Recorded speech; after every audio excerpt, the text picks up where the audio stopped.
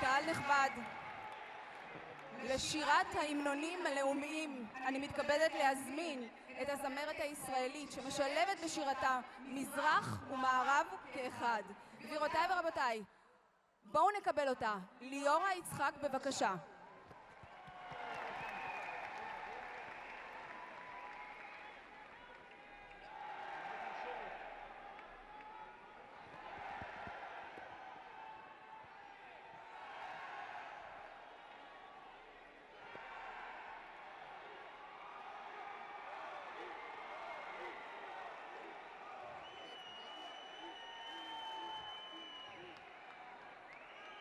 Indian National Anthem. जनगण मन अधिनायक जय हे भारत भाग्य विधाता पंजाब सिंध गुजरात मराठा द्राविड उत्कल बंग विंध्य हिमाचल यमुना गंगा उच्चल जलधि तरंगा तव शुभ नामे जागे तव शुभ आशीष मांगे गाहे तव जय गाथा जनगण मंगलदायक जय हे भारत भाग्य विधाता जय हे जय हे जय हे जय जय जय जय हे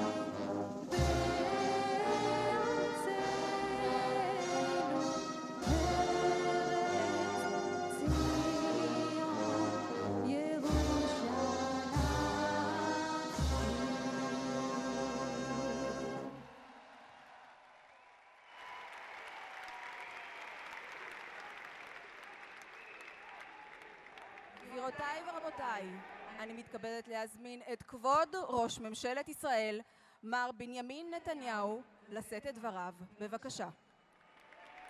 May I now request the Prime Minister of the State of Israel, Mr. Benjamin Netanyahu, to kindly address the gathering.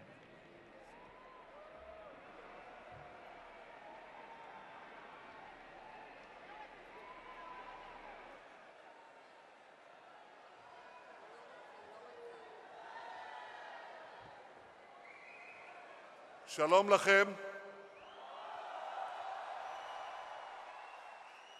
נמסטה.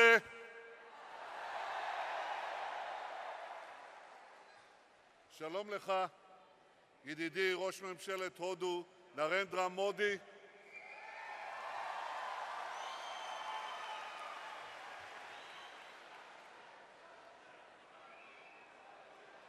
אתם אוהבים את הודו? אתם אוהבים את ישראל? Prime Minister, these are the Jews of India. They love India. They love Israel. They love our friendship.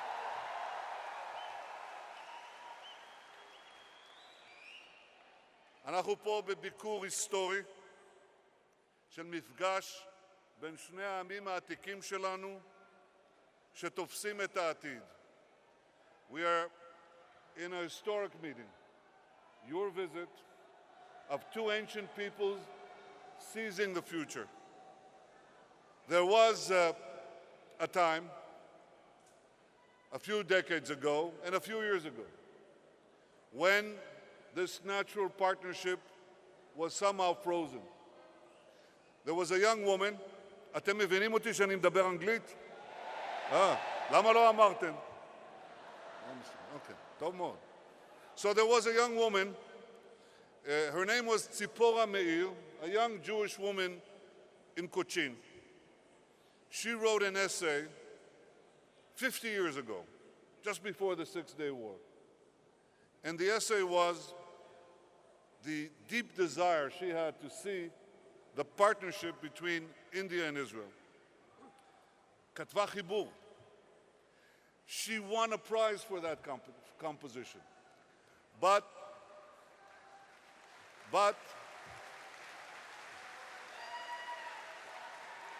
it didn't happen.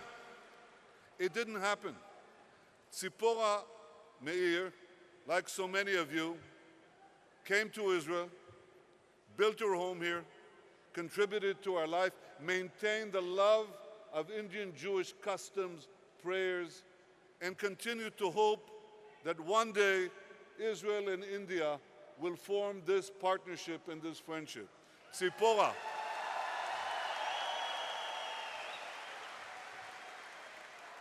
Tzipora and her husband Sasson, who are here today, that day has come.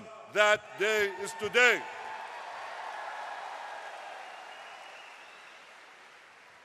Prime Minister Modi and I have decided on a vast program to bring our partnership and our friendship to new heights. But we always remember that there is a human bridge between us. You. We admire you. We respect you.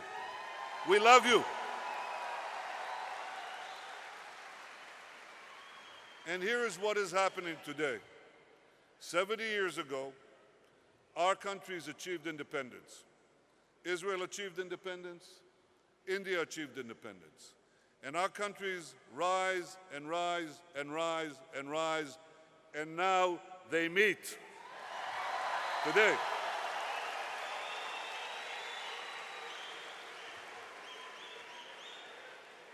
We have decided to cooperate in so many areas, but there's one area that really guarantees the future. And Prime Minister Modi speaks of it all the time. It's the young people of India, the young people of Israel. So, Indian students are coming here. We're very flattered. Israeli young people are going there. But there is something that we want to achieve. Today, when Israelis go to India, they go backpacking. They go on what is called the Hummus Trail. Shvil HaHummus. There are signs in Hebrew. You hear Hebrew spoken. Shvil HaHummus, the Hummus Trail. I want to see young Indians come here backpacking on the Curry Trail.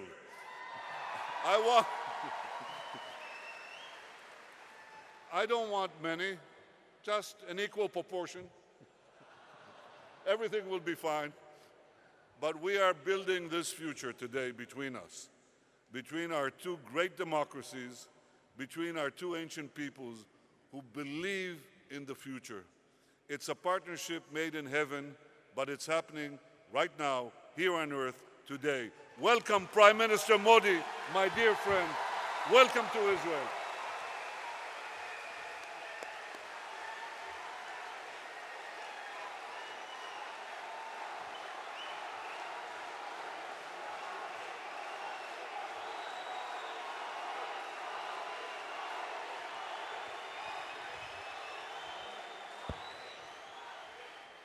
תודה רבה לכבוד ראש ממשלת ישראל, מר בנימין נתניהו. תודה רבה.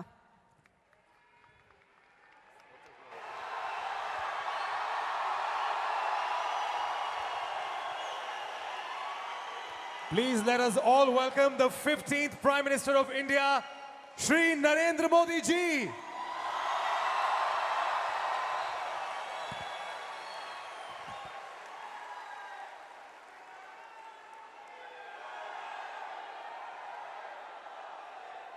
Have him be Israel. Shalom Aleichem.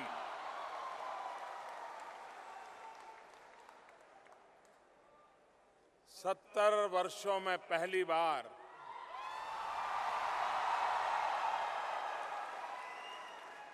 किसी भारतीय प्रधानमंत्री का आना ये अपने आप में एक खुशी का भी अवसर है और कुछ सवालिया निशान भी है। ये ह्यूमन नेचर है कि जब आप किसी बहुत करीबी व्यक्ति से बहुत दिन बाद मिलते हैं तो पहला रिएक्शन होता है बहुत दिन हुए मुलाकात, और फिर कहते हैं ठीक हो, कैसे हो। और ये जो कैसे हो, यह पहला वाक्य ही एक प्रकार से कन्फेशन के साथ जुड़ा हुआ होता है। व्यक्ति का हाल चाल पूछने के साथ साथ तुरंत ये भी स्वीकार कर लेता है कि बहुत दिन बाद मिले।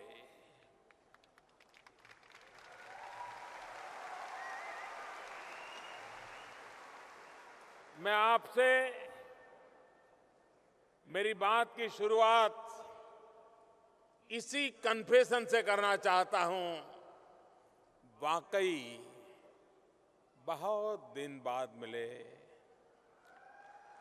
और दिन भी कहना ठीक नहीं है। सच ये है कि मिलने में कई साल लग गए, 10, 20, 50 नहीं, 70 साल लग गए।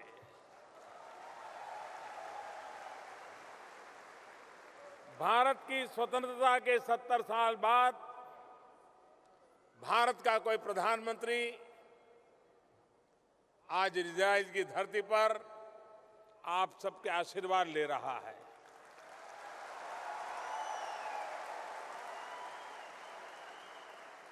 इस अवसर पर इजराइल के प्रधानमंत्री मेरे दोस्त बेंजामिन नेतन्याहू यहां उपस्थित हैं। इजराइल आने के बाद जिस तरह वो मेरे साथ रहे हैं, जैसा सम्मान उन्होंने दिया है, वो भारत के 125 करोड़ लोगों का सम्मान है। ऐसे सम्मान को, ऐसे प्यार को, ऐसे अपनेपन को कभी भी दुनिया में कोई भुला सकता है। हम दोनों में एक विशेष समानता ये भी है कि हम दोनों ही अपने अपने देशों की स्वतंत्रता के बाद पैदा हुए हैं।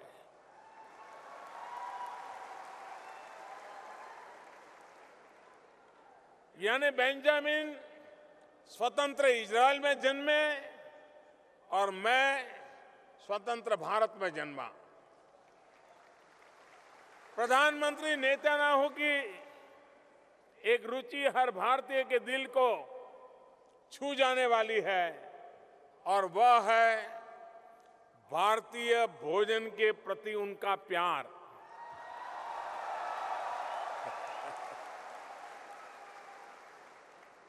कल रात्रि भोज पर उन्होंने भारतीय भोजन के साथ जो मेरी आवाभगत की, मैं उसे सदैव याद रखूंगा।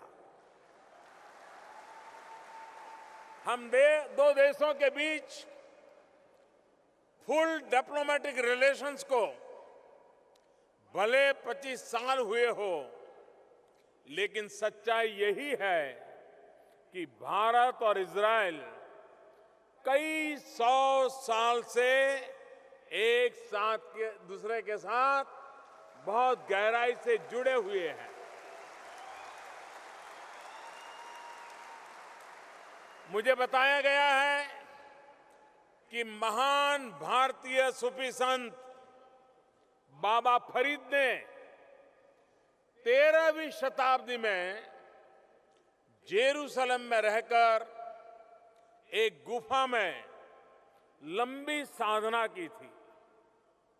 बाद के दिनों में यह जगह एक प्रकार से तीर्थ स्थल में परिवर्तित हो गई। आज भी ये जगह जेरूसलम और भारत के 800 साल पुराने रिश्तों का एक प्रतीक बनी हुई है। 2011 में इस श्राइन के केयरटेकर शेख अंसारी जी को प्रवासी भारतीय सम्मान भी दिया गया था और मुझे आज उनसे मिलने का भी सौभाग्य प्राप्त हुआ। भारत इजराइल का ये साथ परंपराओं का है, ये साथ संस्कृति का है और ये साथ एक दूसरे पर भरोसा और मित्रता का भी है।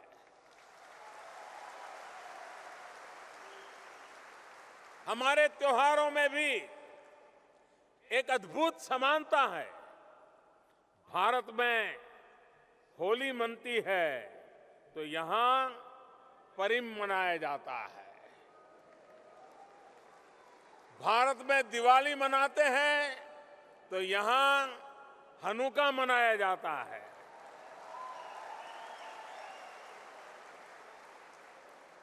मुझे ये जानकर बहुत खुशी है कि ज्यूइश पुनरुत्थान के प्रतीक मैकाबिया गेम्स का कल उद्घाटन हो रहा है और मैं इजराइल के लोगों को इस खेल के लिए बधाई देता हूं और मुझे खुशी है कि भारत ने भी इस ज्यूइश ओलंपिक खेल के लिए अपनी टीम भेजी है और भारतीय टीम के खिलाड़ी भी इस अवसर पर यहां मौजूद है। मेरी उन सबको बहुत बहुत शुभकामनाएं हैं। इजराइल की ये वीर भूमि कई वीर सपूतों तथा उनके बलिदान से सिंचित हुई है। यहां इस कार्यक्रम में मौजूद कई ऐसे परिवार होंगे जिनके पास इस संघर्ष की, बलिदान की अपनी अपनी गाथाएं होगी। मैं इजराइल की शौर्यता को प्रणाम करता हूं। उनका ये शौर्य इजराइल के विकास का आधार रहा है। किसी भी देश का विकास, उसका आकार साइज नहीं, उसके नागरिकों का स्पिरिट, खुद पर भरोसा तय करता है।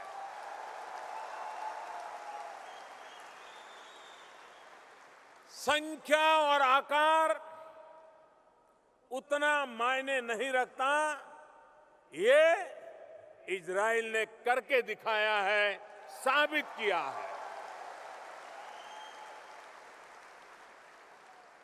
इस अवसर पर मैं सेकंड लेफ्टिनेंट एलिस एस्टन को भी श्रद्धांजलि देता हूं, जिन्हें इजराइल सरकार ने राष्ट्र निर्माण में उनके योगदान के लिए सर्टिफिकेट फॉर गैलेंट्री से सम्मानित किया था।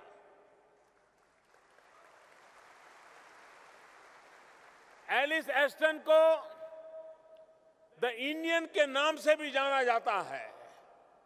ब्रिटिश काल के दौरान उन्होंने मराठा लाइट इन्फेंट्री में काम किया था।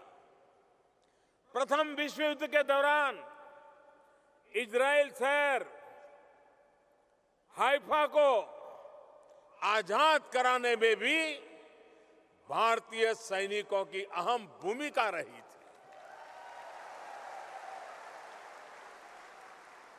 और ये मेरा सौभाग्य है कि मैं कल उन वीर शहीदों को श्रद्धांजलि देने के लिए हाइफा जा रहा हूं।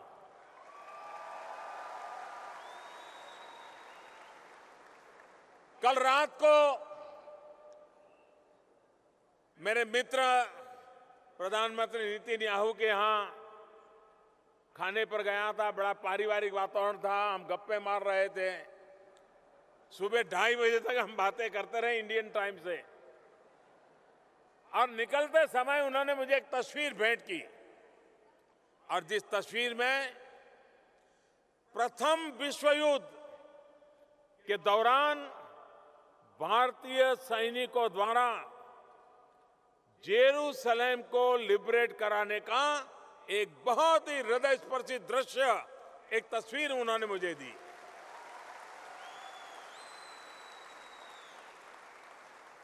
साथियों, वीरता की इस कड़ी में भी मैं भारतीय सेना के लेफ्टिनेंट जेफेआर जैकब का भी विशेष तौर पर जिक्र करना चाहता हूं।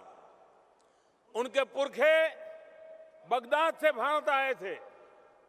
1971 में जब बांग्लादेश उस समय के पाकिस्तान से अपनी स्वतंत्रता के लिए संघर्ष कर रहा था, तो लेफ्टिनेंट जनरल जैकब ने ही भारत की रणनीति तय करने और पाकिस्तान के 90,000 सैनिकों को समर्पण कराने का अहम भूमिका निभाई।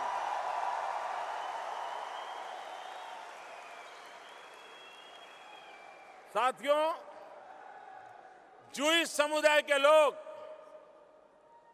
भारत में बहुत कम संख्या में रहे हैं, लेकिन जिस भी क्षेत्र में रहे हैं उन्होंने अपनी उपस्थिति बहुत ही गौरवपूर्ण रूप से अलग से दर्ज कराई है। सिर्फ सेना ही नहीं, बल्कि साहित्य, संस्कृति, फिल्म, जूइश समुदाय के लोग अपनी मेहनत के दम पर, अपनी इच्छा शक्ति के दम पर आगे बढ़े हैं और एक मुकाम उन्होंने हासिल किया है। मैं देख रहा हूं कि आज के इस भव्य कार्यक्रम में इजराइल के अलग अलग शहरों के मेयर भी आए हैं। भारत और भारतीय समुदाय के प्रति उनका स्नेह उन्हें इस कार्यक्रम में शरीक होने के लिए खींच लाया है। मुझे याद आता है कि भारत की आर्थिक राजधानी कही जाने वाली मुंबई में भी जूइश समुदाय के एक मेयर रह चुके हैं। ये लगभग 80 साल पहले की बात है, जब मुंबई को बॉम्बे कहा जाता था। उस समय 1938 में एलिजा मोजिस के बॉम्बे के मेयर के तौर पर गौरवपूर्ण जिम्मेवारी निभाई थी। भारत में भी बहुत कम लोगों को पता होगा कि ऑल इंडिया रेडियो की जो सिग्नेचर ट्यून है, और वह भी एक जूइश श्रीमान वॉल्टर कॉफमैन ने कंपोज की थी।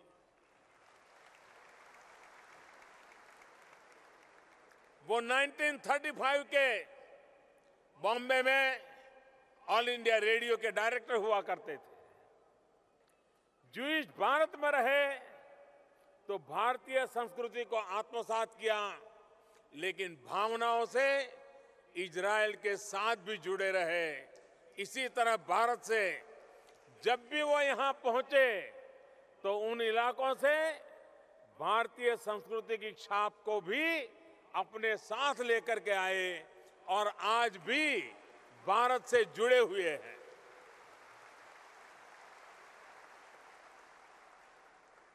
मुझे ये जानकर बहुत खुशी हुई कि इजराइल में मराठी भाषा की एक पत्रिका माय बोली का लगातार प्रकाशन किया जाता है। माई बोली। इसी तरह कोचीन से आए हुए ज्यूइश समुदाय के लोग ओणम भी बहुत ही धूमधाम से मनाते हैं। बगदाद से भारत में आकर रहे और यहां आकर बसे बगदादी ज्यूइश समुदाय के लोगों के प्रयासों का ही नतीजा था कि पिछले वर्ष बगदादी ज्यूज पर पहला इंटरनेशनल सिंपोजियम आयोजित हो सका। भारत से आए ज्यूइश समुदाय ने इजराइल के विकास में अहम भूमिका निभाई है। इसका बड़ा उदाहरण है मोशाव नेवातिम, जब इजराइल के पहले प्रधानमंत्री डेविड बिन गुरियन ने रेगिस्तान को हरा भरा करने का सपना देखा तो भारत से आए हुए मेरे ज्यूइश भाई बहनों ने भी उस सपने को पूरा करने के लिए दिन रात खपा दिए थे। कोचीनी ज्यूइश समुदाय के लोगों ने मेक द डेजर्ट ब्लूम के विजन को साकार करने में मदद की। भारत को इजराइल की धरती पर किए गए इन अथक प्रयासों की वजह से आज हर हिंदुस्तानी आप सबके ऊपर गर्व कर रहा है। मुझे आप पर गर्व हो रहा है। साथियों, मोशाव नेवातिम के अलावा भी भारतीय समुदाय ने इजराइल के कृषि विकास में अपना योगदान दिया है। यहां इस कार्यक्रम में आने से पहले मेरी इजराइल के प्रसिद्ध एग्रीकल्चरिस्ट एलियाव बेजालेल के साथ मुलाकात हुई। एलियाव बेजालेल, उनको 2005 में प्रवासी भारतीय ग्रुप में सम्मान से नवाजा गया था। ये सम्मान पाने वाले वे पहले इजरायली थे। कृषि के अलावा भारतीय समुदाय ने यहां हेल्थ सेक्टर में भी अपनी छाप छोड़ी है। इजराइल के डॉक्टर लायल बेस्ट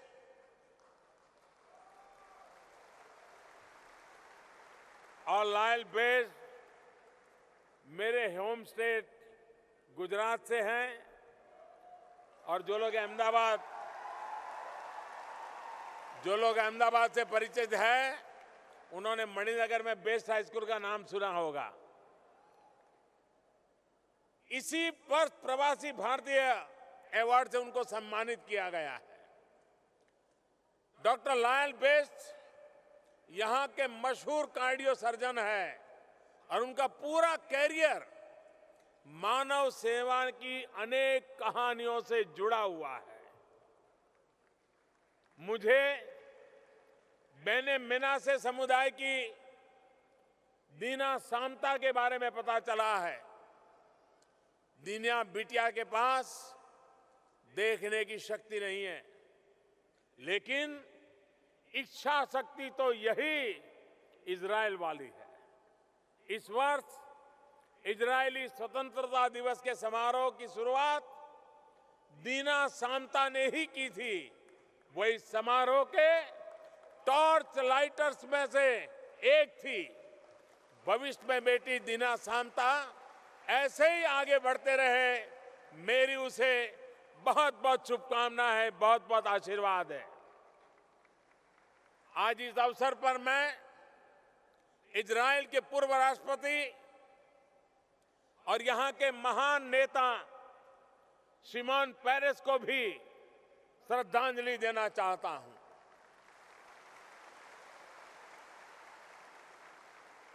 मुझे उनसे मिलने का सौभाग्य मिला था। श्रीमान शिमोन पेरेस ना सिर्फ इनोवेशन के अग्रदूत थे, बल्कि मानवता के बेहतरी के लिए अथक परिश्रम करने वाले स्टेट्समैन भी थे। इजरायली डिफेंस फोर्सेस या आईडीएफ में इनोवेशन की ट्रेनिंग बहुत शुरुआती वर्षों में ही मिलने लगती है। आईडीएफ में सिर्फ जिम छोटी छोटी समस्याओं के बहुत क्रिएटिव सॉल्यूशन देने का जरिया बना है। इनोवेशन के प्रति इजरायल की गंभीरता इसी साबित होती है कि अब तक 12 इजरायलियों को अलग अलग क्षेत्र में नोबेल पुरस्कार मिल चुके हैं।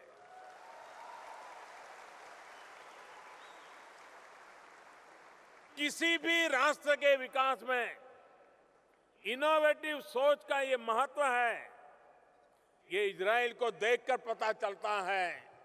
बीते दशकों में इजरायल ने लगभग हर क्षेत्र में इनोवेशन से पूरी दुनिया को चमका दिया है, चौंका दिया है और अपनी धाक जमाने में सफल हुए हैं। जियो थर्मल पावर हो, सोलर पैनल हो, सोलर विंडो हो, एग्रो बायोटेक्नोलॉजी हो, सिक्योरिटी का क्षेत्र हो, कैमरा की तकनीक हो, कंप्यूटर प्रोसेसर हो, ऐसे अनेक क्षेत्रों में अपने अपने नए नए इनोवेशन से इजरायल ने दुनिया के बड़े बड़े देशों को पीछे छोड़ दिया है।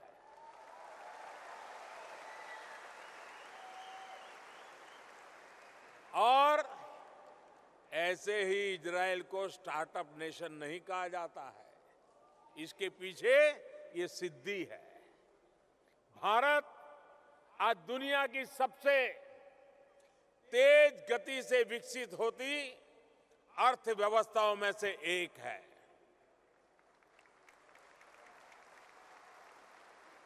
मेरी सरकार का मंत्र है रिफॉर्म, परफॉर्म, ट्रांसफॉर्म।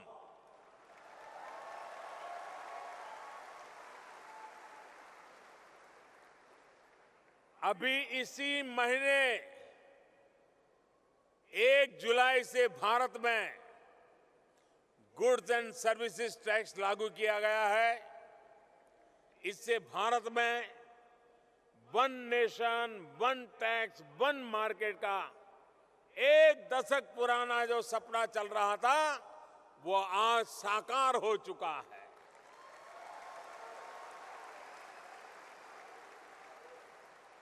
और मैं जीएसटी को गुड एंड सिंपल टैक्स कहता हूं, क्योंकि इससे पूरे भारत में अब एक चीज पर एक ही प्रकार का टैक्स लगेगा।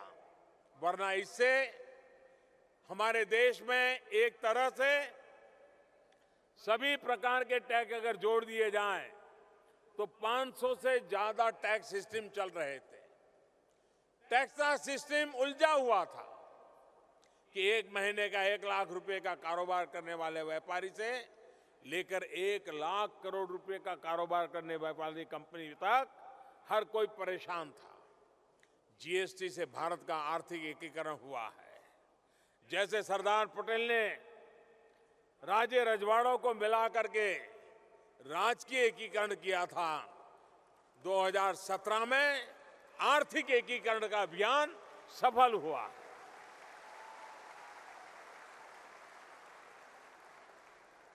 प्राकृतिक संसाधन जैसे कोल, स्पेक्ट्रम,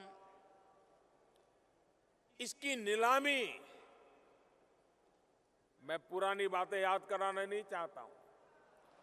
कोयले के विषय में क्या क्या सुना है, स्पेक्ट्रम के विषय में क्या क्या सुना है, लेकिन ये सरकार है जिसने उसने कंप्यूटराइज सिस्टम से उसकी नीलामी की, पारदर्शी प्रक्रिया से की, और आज लाखों करोड़ों का कारोबार करने के बाद भी कहीं कोई सवालिया निशान नहीं लगा है।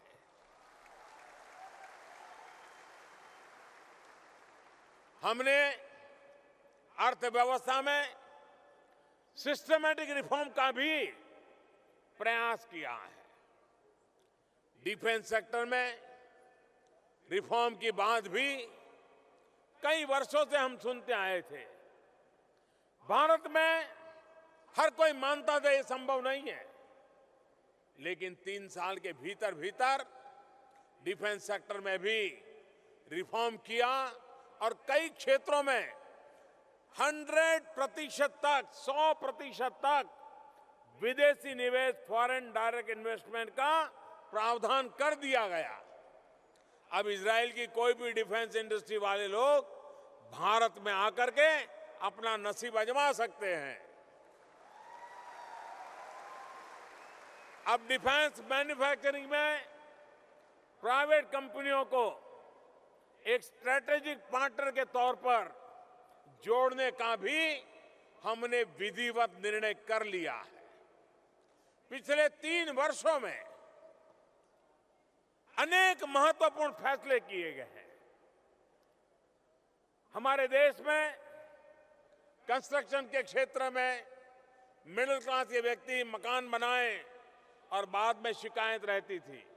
हमने कानून बना करके बहुत बड़ा रिफॉर्म किया। हमने कंस्ट्रक्शन सेक्टर में भी 100% फॉरेन डायरेक्ट इन्वेस्टमेंट को मंजूरी दे दी है। रियल एस्टेट रेगुलेटर का भी हमने अलग से निर्माण कर दिया है।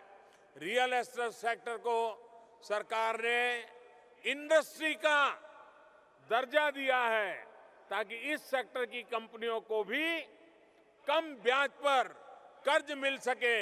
और जो मेरा सपना है कि 2022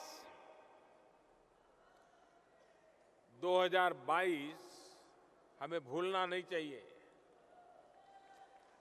2022 हिंदुस्तान की आजादी के 75 साल हो रहे हैं।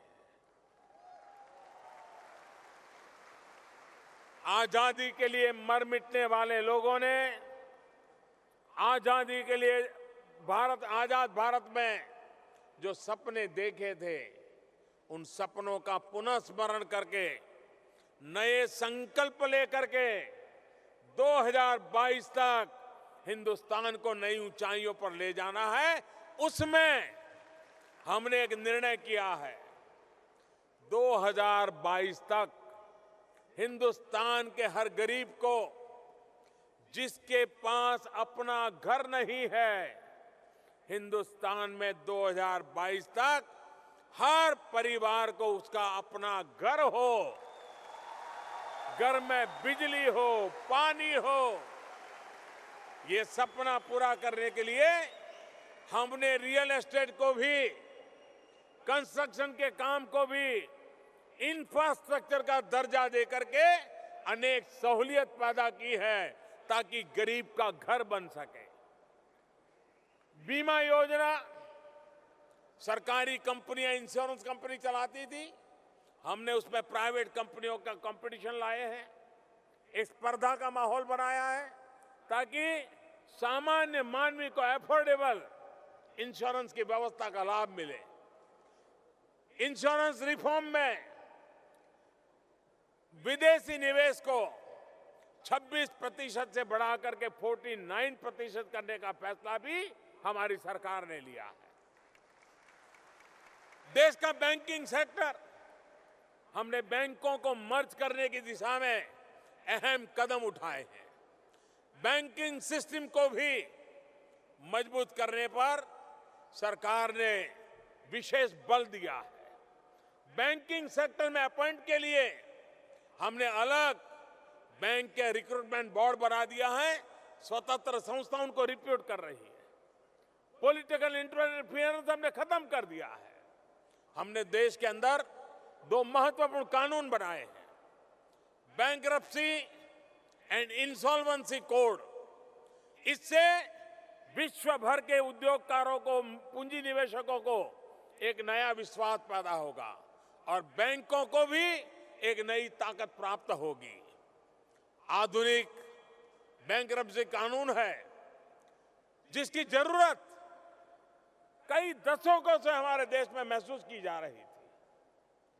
हमने सरकार में नियमों में भी सरलता लाने का भरपूर प्रयास किया है। मिनिमम गवर्नमेंट, मैक्सिमम गवर्नेंस, इस मुद्दे को लेकर के जनता, सामान्य नागरिकों को व्यवस्थाओं के तहत कठिनाइयां न हो, निवेशकों को छोटी छोटी चीजों के लिए लंबा इंतजार करना पड़े, इन सारी चीजों को ध्यान में रखते हुए भी बदलाव किए जा रहे हैं।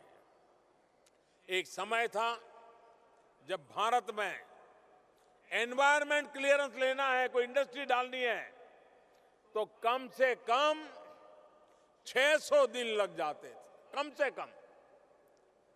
आज हमने उसको घटा करके 6 महीने के भीतर भीतर एनवायरमेंट क्लियरेंस देने की सारा प्रबंध कर दिया। आने वाले दिनों में इसी तरह जहां 2014 से पहले एक कंपनी को इनकॉर्पोरेट करने में 15 दिन, महीना, 2 महीना, 3 महीना लगते थे, आज 2 या 3 हफ्ते के भीतर भीतर, और अब तो लेटेस्ट जो स्थिति है इनकॉर्पोरेट करने के लिए 24 घंटे के भीतर भीतर, यानी उसका काम 24 घंटे में हो जाए, ये व्यवस्था करने में सरकार सफल हुई।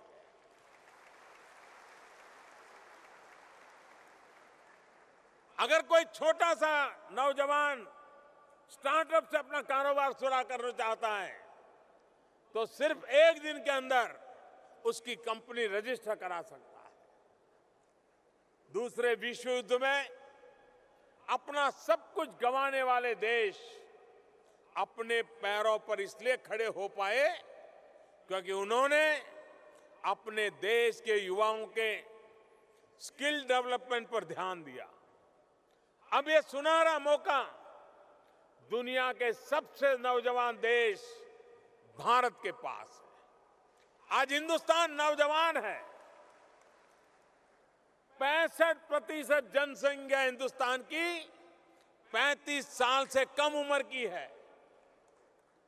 जो देश के अंदर इतनी बड़ी तादाद में नौजवान हो, उस देश के सपने भी जवान हुआ करते हैं,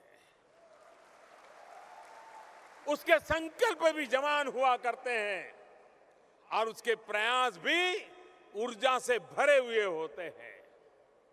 और भारत में स्किल डेवलपमेंट को बल देते हुए कौशल विकास मंत्रालय, स्किल डेवलपमेंट मिनिस्ट्री पहली बार देश में अलग बना दी गई। और पहले कभी 21 अलग अलग विभागों में, मंत्रालयों में, 50-55 मंत्रालय विभागों में ये कौशल विकास के अलग अलग बिखरी हुई व्यवस्थाएं चलती थी। इस सरकार ने कौशल विकास के अलग अलग कार्यक्रमों को एक मंत्रालय बना करके, एक मंच ला करके, एक होलिस्टिक अप्रोच के साथ कॉम्प्रिहेंसिव फोकस एक्टिविटी के रूप में स्किल डेवलपमेंट को बल दिया है। देश भर में 600 से ज्यादा, यानी करीब करीब हर डिस्ट्रिक्ट में एक कौशल विकास केंद्र खोले जा रहे हैं। इंडियन इंस्टीट्यूट ऑफ स्किल्स की एक नई कल्पना के साथ स्थापना की गई है। भारतीय नौजवानों को अंतर्राष्ट्रीय प्रशिक्षण देने का मकसद, उनका लेवल ग्लोबल बेंचमार्क का हो। 50 इंडिया इंटरनेशनल स्किल सेंटर का नेटवर्क ये सरकार तैयार कर रही है।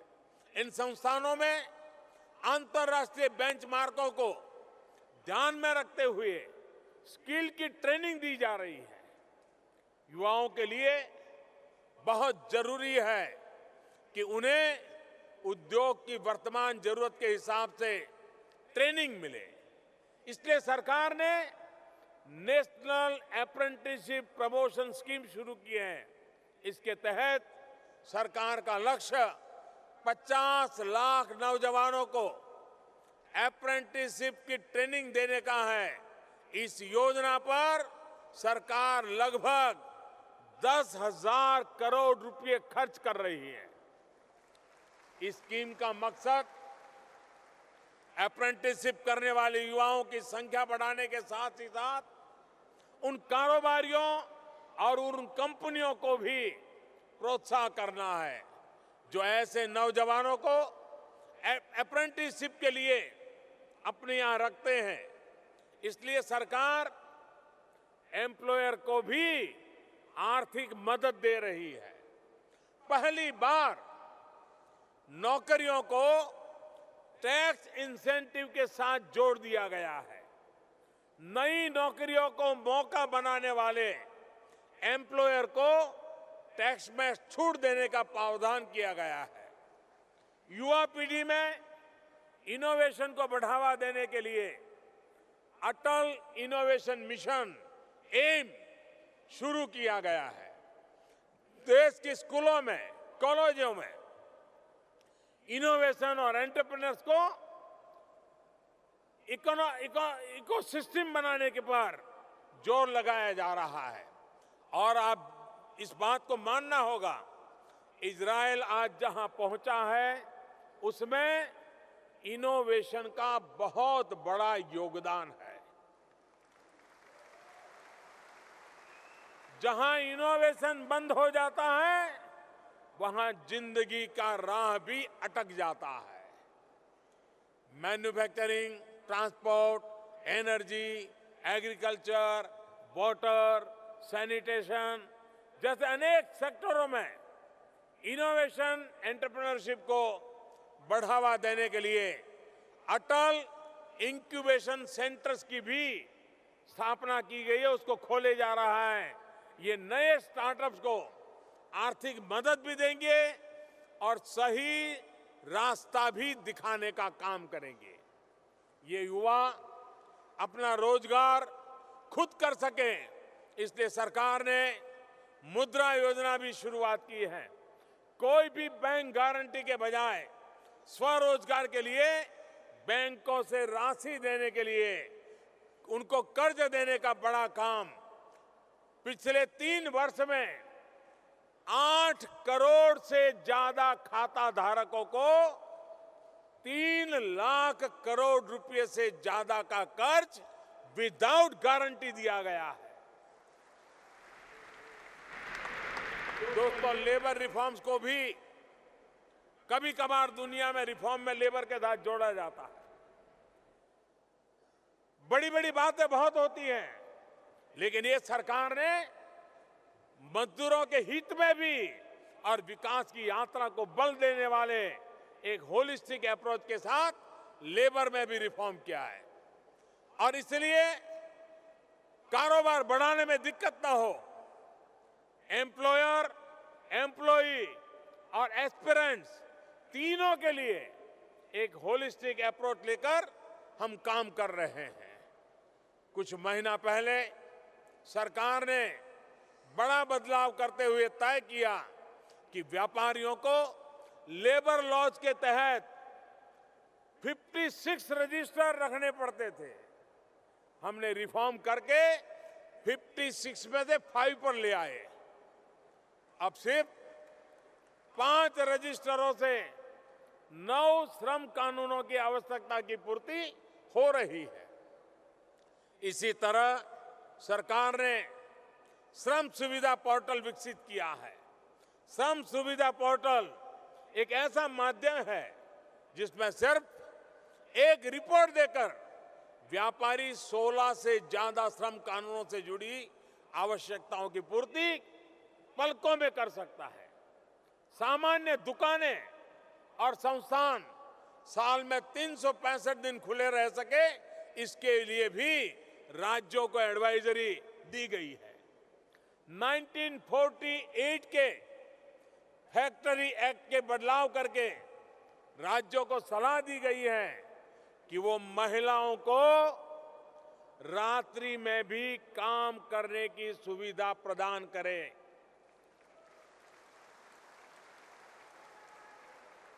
भारत में महिलाओं की सक्रियता, विकास में महिलाओं की भागीदारी, ये जितनी ज्यादा बढ़े वो भारत की विकास यात्रा को ताकत देगी।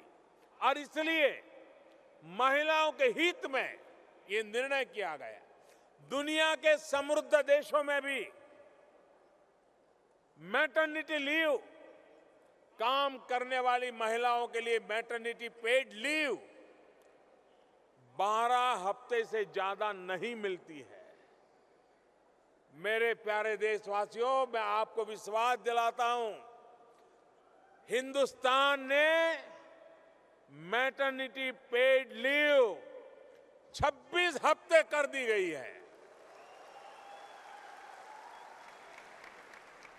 26 हफ्ते कर दिए हैं, यानी एक प्रकार से 6 महीना उसको छुट्टी मिल जाएगी। ये सभी कौने इसलिए छोड़ दिए थे? कौन इसके लिए सरकारी दफ्तरों के चक्कर काटता रहे? ये पैसा भारत के गरीब श्रमिकों का था, इसलिए सरकार ने यूनिवर्सल अकाउंट नंबर भी दिए हैं। एक तौर पर यूनिवर्सल अकाउंट नंबर, आप हैरानी होगी, छोटे छोटे मजदूर कारखानों में काम करते थे, एक जगह पे दूसरी जगह पे जाते थे और अपने जो पैसे ईपीएस में कट होते थे वहां छोड़ देते। 27,000 करोड़ रुपया बिना कोई लेना देना पड़े रहे थे सरकार के पास। हमने नई व्यवस्था की, अब मजदूर कहीं पर भी जाएगा तो उसका अकाउंट भी उसके साथ साथ मूव करेगा और उसको पैसे उसके साथ मिल जाएंगे। इस समय भारत में सबसे ज्यादा रिकॉर्ड विदेश निवेश हो रहा है, हाईएस्ट फॉरेन डायरेक्ट इन्वेस्टमेंट। विदेश में रह रहे भारतीय भी बहुत बड़ी मात्रा में धन भारत भेज रहे हैं। अलग अलग देशों की रैंकिंग करने वाली एजेंसियां और संस्थाएं चकित है। मेक इन इंडिया एक ऐसा ब्रांड बना है जिससे पूरी दुनिया अचंभित हो गई है। आज डिजिटल मोर्चे पर भी भारत वर्ल्ड लीडर के रूप में उभर रहा है। Bharat new world digital revolution का हब बन रहा है।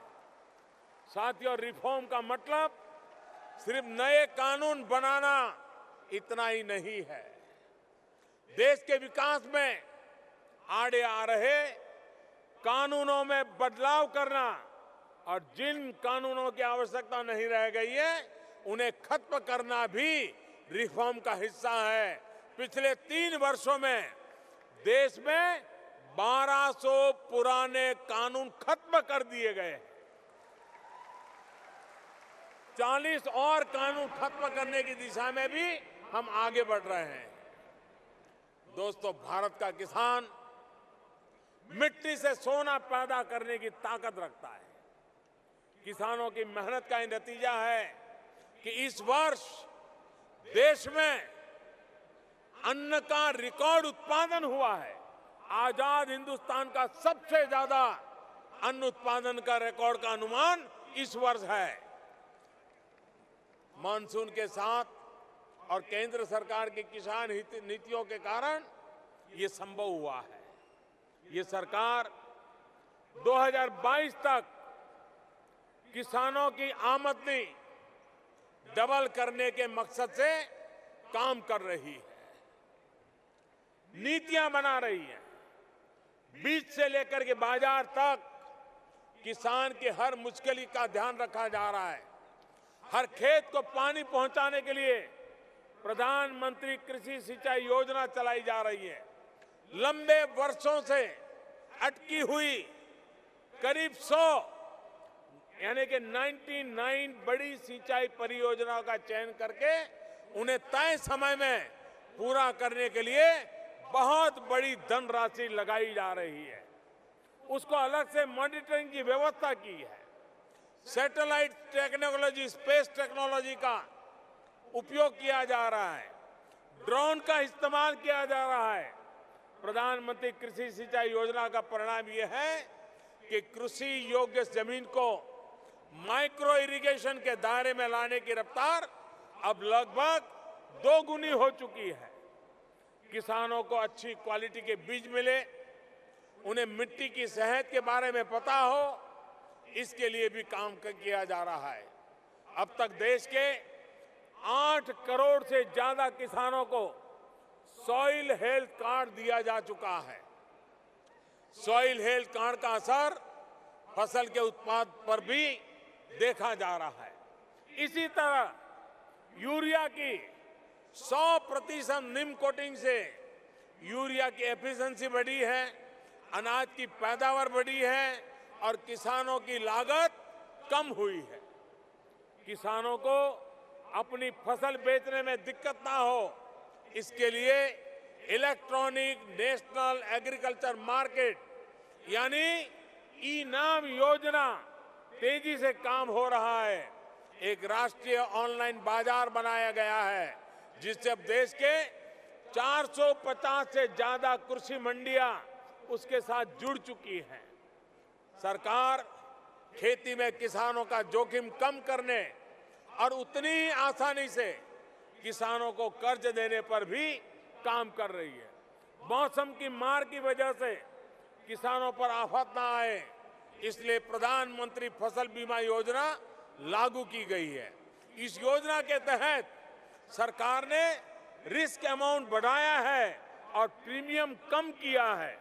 खेती से जुड़े हर उस सेक्टर पर सरकार ध्यान दे रही है जिससे उनकी आमदनी बढ़ सके। पिछले महीने सरकार ने देश के फूड प्रोसेसिंग सेक्टर को मजबूत करने के लिए किसान संपदा योजना की शुरुआत की है। आज भी हमारे देश में लगभग 1 लाख करोड़ रुपए का नुकसान इसलिए होता है क्योंकि फसल पैदा होने के बाद इंफ्रास्ट्रक्चर एवं सप्लाई चेन मजबूत नहीं होने के कारण हमें नुकसान होता है। फल सब्जियां लोगों तक पहुंचने से पहले ही खराब हो जाती है। किसान संपदा योजना से फूड प्रोसेसिंग सेक्टर मजबूत होगा तो किसानों का नुकसान कम होगा और उनकी आमदनी बढ़ेगी। इजराइल भारत टेक्नोलॉजी के क्षेत्र में कंधे से कंधा मिलाकर चल सकते हैं। एग्रीकल्चर सेक्टर में इजराइल का साथ भारत में दूसरी हरित क्रांति में मदद कर सकता है। इसी तरह डिफेंस और स्पेस टेक्नोलॉजी में भी भारत और इजराइल के संबंध बढ़ने से दोनों देशों का बहुत ही फायदा होगा। इसलिए आवश्यकता है कि दोनों देश सैकड़ों वर्षों की आत्महत्या और 21वीं सदी की आवश्यकताओं को ध्यान में रखते हुए एक साथ आगे बढ़े। यहां इजराइल में लगभग 600 भारतीय छात्र अलग अलग विषय की पढ़ाई कर रहे हैं। इनमें से कुछ यहां इस कार्यक्रम में उपस्थित भी हैं। मेरे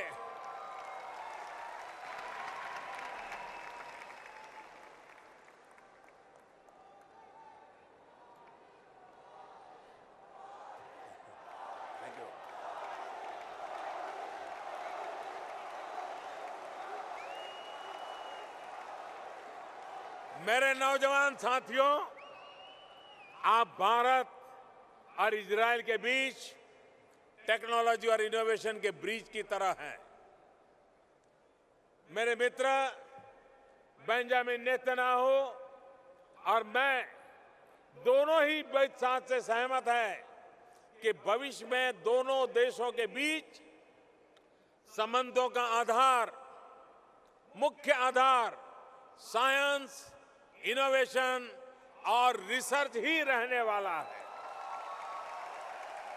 इसलिए आज आप जो भी इजराइल में सीख रहे हैं वो आने वाले वर्षों में भारत को और मजबूत करने में काम आने वाला है।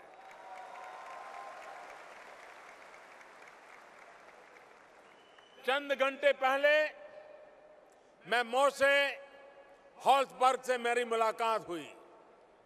इस मीटिंग ने मुंबई हादसे की याद दिलाई, किंतु आतंकवाद के ऊपर जीने का उत्साह कैसे विजयी होता है यह भी मैंने उनसे मुलाकात में देखा है। स्थायित्व, शांति और सद्भावना ये भारत के लिए जितनी अहम है उतनी ही इजराइल के लिए भी अहम है। दोस्तों, इजराइल में रहने वाले भारतीय सेवा, शौर्य और सद्भावना के प्रतीक है। यहां के बुजुर्गों की सेवा में हजारों भारतीय केयर गिवर्स की भूमिका में है। बेंगलोर, दार्जिलिंग, आंध्र प्रदेश और देश के अलग अलग हिस्सों से यहां आकर आपने जिस तरह सेवा भाव से काम किया है, वैसे उदाहरण हर इजराइल वासी का हृदय जीतने वाला काम आपने किया है। मैं आपको बधाई देता हूं। साथियों, इजराइल में रहकर रहे भारतीय समुदाय के लोगों को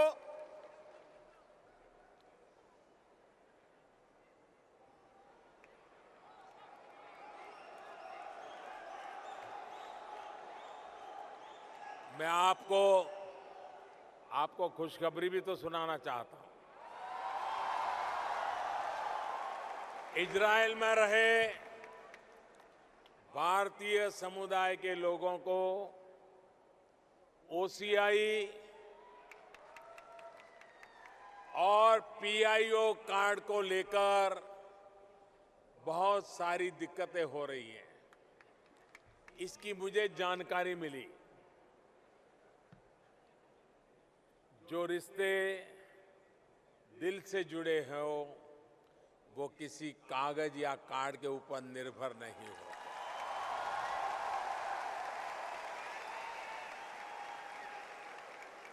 ऐसा नहीं हो सकता कि भारत आपको ओसीआई कार्ड देने से मना करे।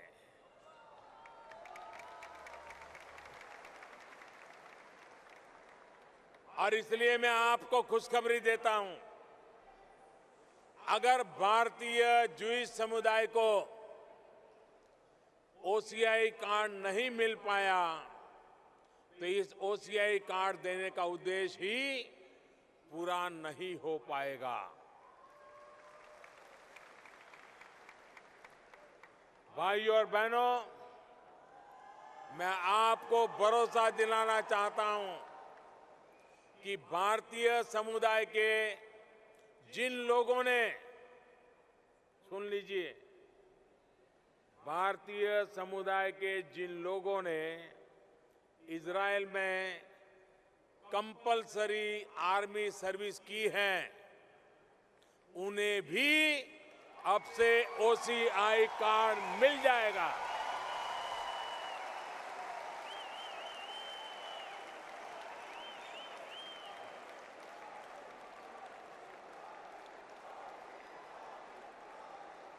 कंपलसरी आर्मी सर्विस से जुड़े कुछ नियमों की वजह से आप अपने पीआई कार्ड को ओसीआई कार्ड में नहीं बदल पा रहे थे। इन नियमों को भी सरल करने का फैसला कर लिया गया है।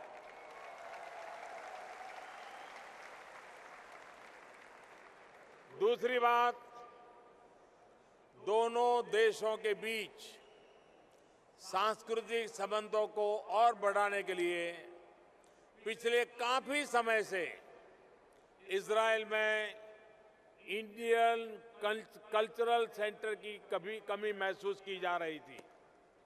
आज आपके बीच मैं ये घोषणा करना चाहता हूं कि बहुत ही जल्द भारत सरकार इजराइल में इंडियन कल्चरल सेंटर खोलने जा रही है।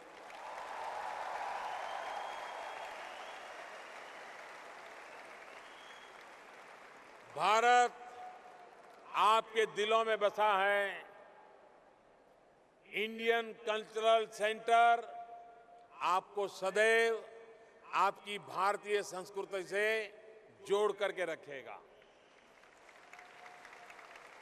आज इसी अवसर पर मैं इजराइल में रह रहे भारतीय समुदाय के साथ ही इजरायली नौजवानों का भी आह्वान करना चाहता हूं कि वो ज्यादा से ज्यादा संख्या में भारत आएं। भारत और इजरायल सिर्फ इतिहास से ही नहीं बल्कि संस्कृति से भी एक दूसरे के साथ जुड़े हुए हैं। दोनों ही मानवीय मूल्य और मानवीय विरासत के साझेदार हैं। परंपराओं की पूजा और कठिन परिस्थितियों से जीकर निकलना दोनों देशों को आता है। इसके अनेक प्रतीक भारत में है और इजराइल के नौजवानों को इस ऐतिहासिक यात्रा का गवाह बनने के लिए ज्यादा से ज्यादा भारत आते रहना चाहिए। मुझे पूरा विश्वास है कि अतिथि को भगवान मानने वाला हमारा देश आप बहुत अच्छी यादें लेकर के ही लौटने के लिए प्रेरित करेगा। आखिर मैं एक बार फिर जीविश समुदाय को अपने मित्र बेंजामिन नेतान्याहू और पूरे इजराइल का हृदय से आभार व्यक्त करता हूं। और भाइयों, अब दिल्ली, मुंबई, तेल अवीव, दिल्ली, मुंबई, तेल अवीव विमान सेवा शुरू कर दी जाएगी।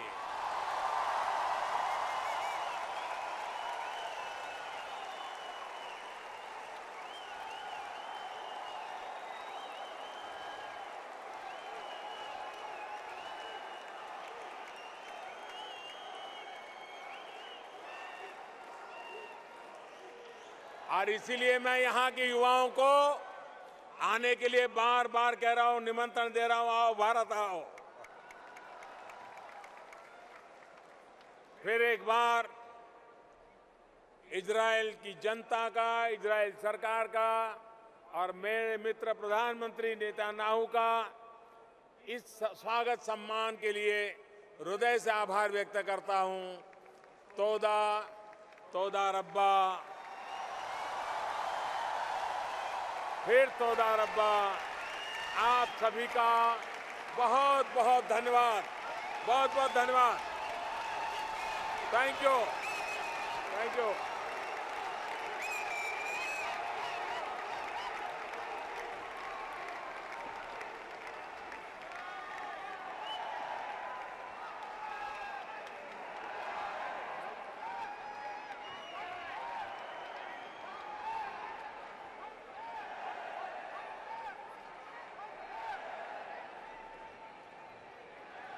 קהל נכבד, אינכם מתבקשים להישאר במקומותיכם עד לעזיבת ראשי הממשלה את המתחם. בעוד ממש מספר דקות. אודה על הסבלנות, תודה. I would like to request Leonard Fernandez, Vijay Bhushan Kumar, Preetam Paul, Ruth Greenfield, Brijesh Singh Yadav, Amit Kumar Singh, Ashish Mani Mishra, Navni Chaturvedi, Bharat Bhushan, Shubham Mathur, Aishwarya Vara, Ajay Kumar Chinman, Prem Chandra Pandey, Akash Jo, Ashutosh Taklekar, Shiv Prasad Shivtari, Jaitirth Amble, Thomas Zakaris, Milind Mithai, to please come up on the first floor. Thank you.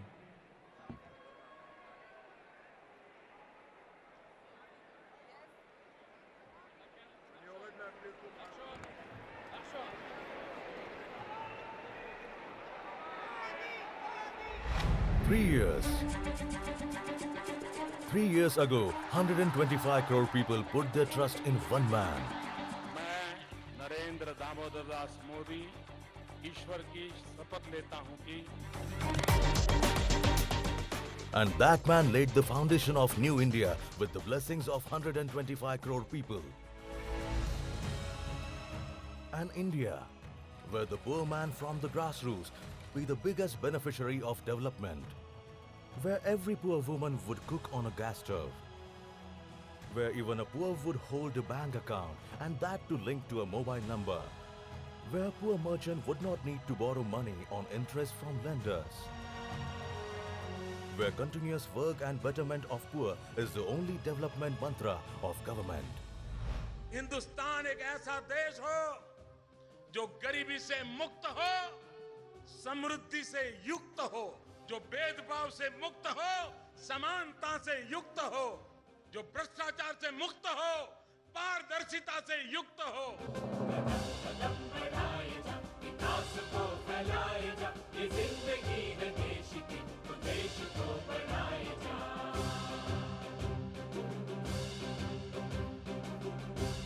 Each citizen, irrespective of his status, stands by and trusts Prime Minister Narendra Modi's vision and the ability to accomplish it, hence the development.